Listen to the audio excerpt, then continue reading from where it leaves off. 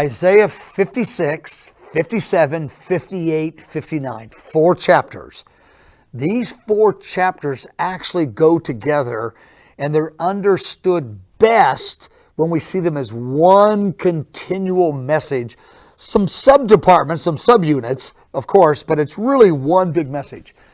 Isaiah 56 and 57, I see them as self-contained, 58, 59 as a unit, but the 4 together.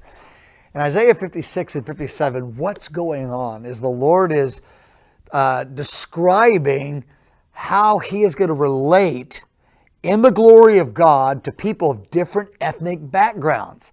He's talking to the devout believers of Jerusalem, and He says, when the Gentile believers, when they come to me, and then He describes how to relate to them. And then He says, you've got to know I am taking them very seriously in their commitment. I have great promises for them. That's chapter 56 and 57.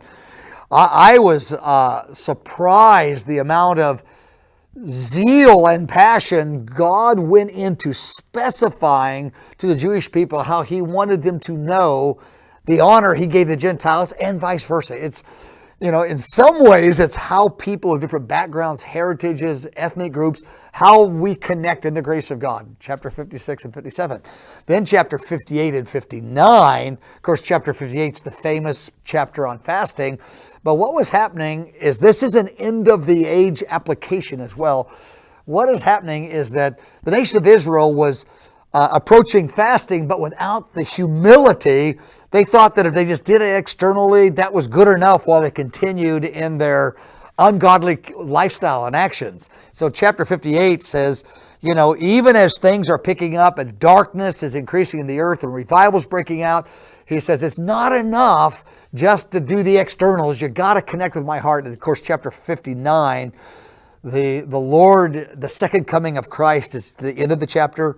And it describes what He's going to do in confronting the Antichrist, confronting darkness, delivering His people, the fear of God being released across the earth. It's really quite remarkable description of the second coming of Christ, chapter 59 at the end.